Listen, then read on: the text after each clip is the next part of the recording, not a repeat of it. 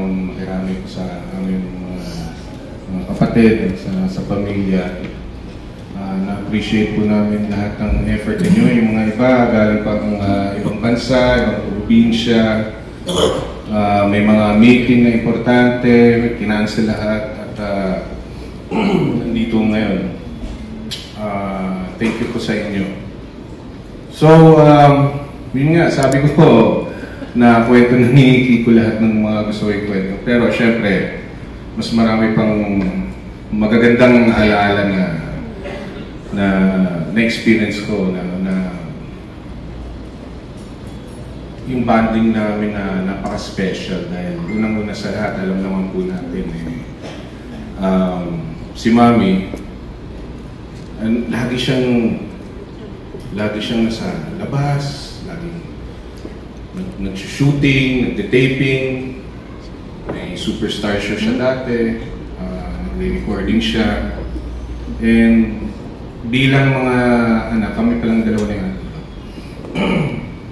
excuse me, lumalaki kami sa puder ng mami namin, and nagtataka ako bakit laging maraming tao sa bahay.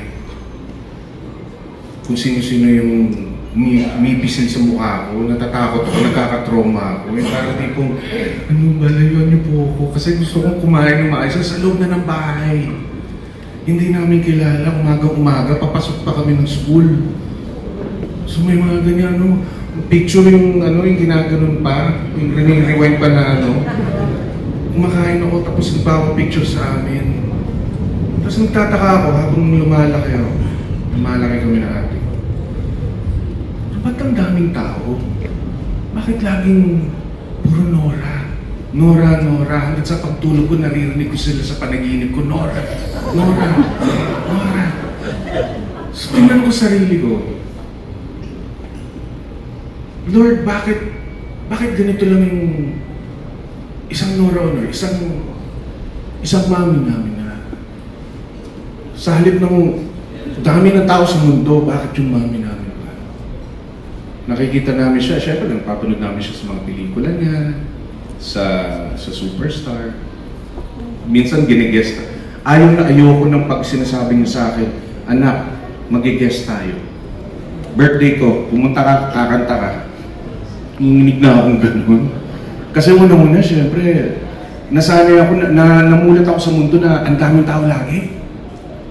Ang dami niyang kaibigan, ang dami niya, may mga cameras pa, may mga press, may mga directors, producers sa bahay, lagi halubili si Mami. Ganun siya.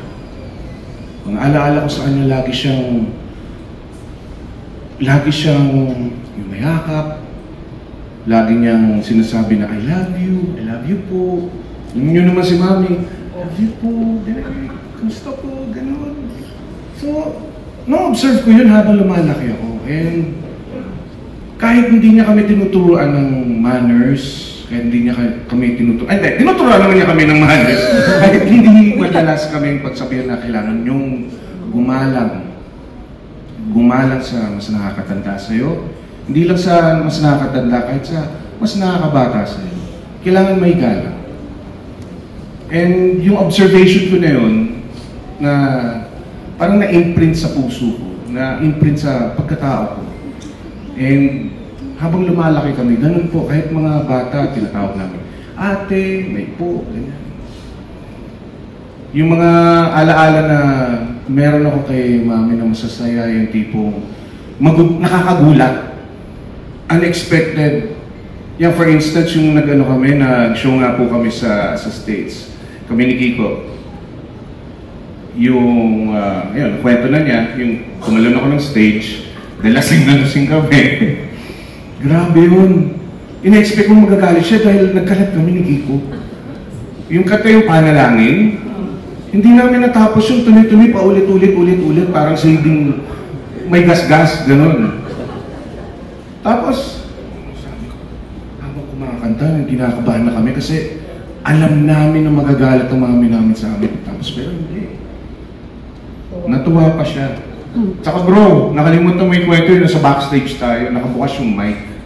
Since nakain kami, di ba? Nagtatawanan kami. Yung mic nandito sa lap namin. Song number na niya. Tapos yung song number niya, yung makapagdamdamin na song. So, kumanta na siya. So, kumanta na. Nakalimutan ko yung If my friends are friends, 1,000 miles. Tapos sa background. Kami ni Kiko. So, hindi ulit siya nagalit. Parang natawa pa siya. Kasi ang importante sa kanya, basta masaya ka. Basta nag-i-enjoy ka.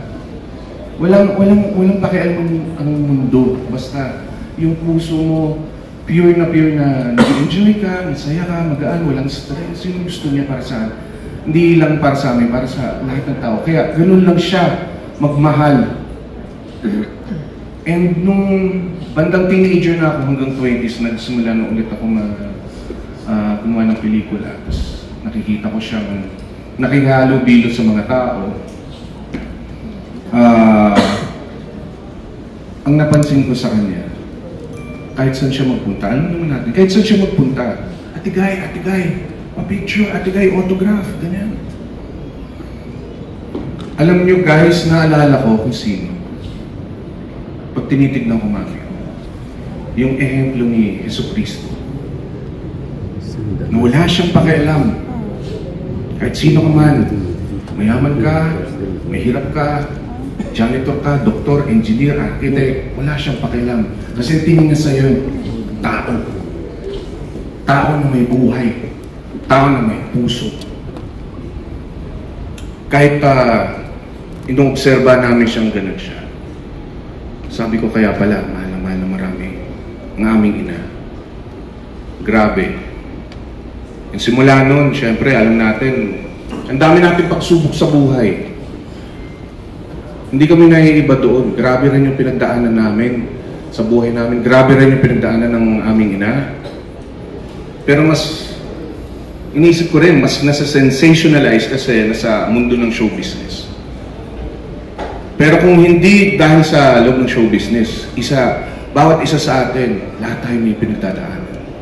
Sa likod ng mga ngiti natin, sa likod ng mga tawanan natin, pag nagkakasama-sama tayo mga kaibigan, nagtatawanan tayo, chismisan, kwentuhan, pero pag uwi ng bahay, nasa loob ka na ng kwarto mag-isa, andun na, mapasok na yung problema mo, naiisip mo na kung anong gagawin mo kinabukasan, saan mo kukuha yung pang tuition, saan mo kukuha pang bayad ng bahay, di ba?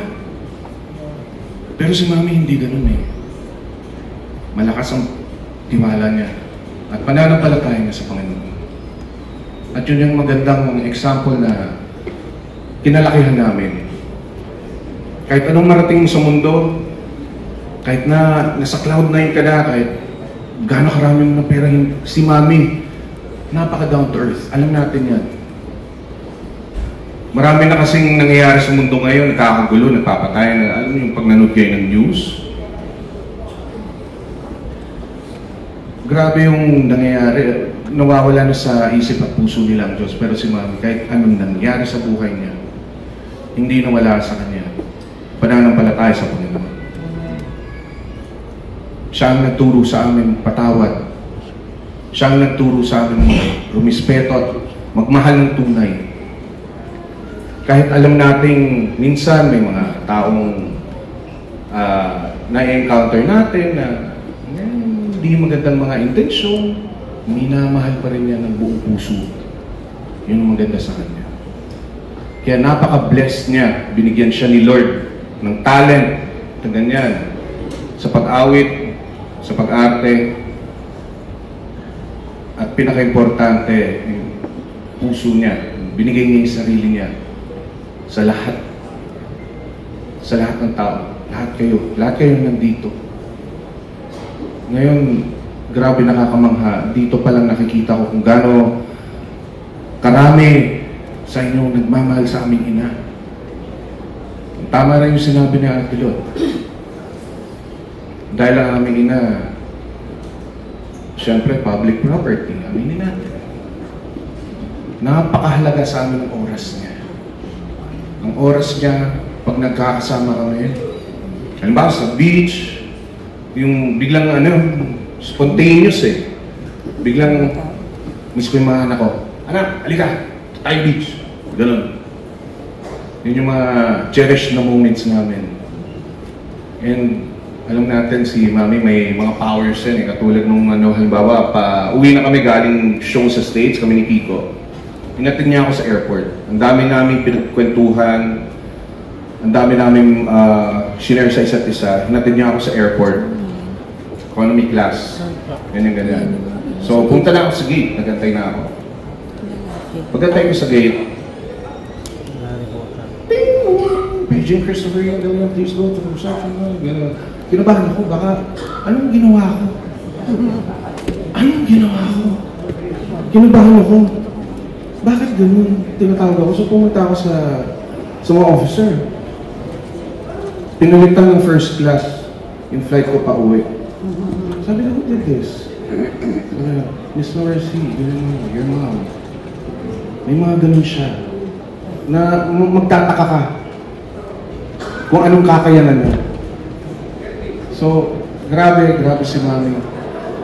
And kung magkakwento pa ako ng mas marami pa talaga akong gustong i-share, baka abutin pa tayo ng umaga. So, anyway, yun, maraming salamat po sa inyo and maraming salamat po sa pagdating.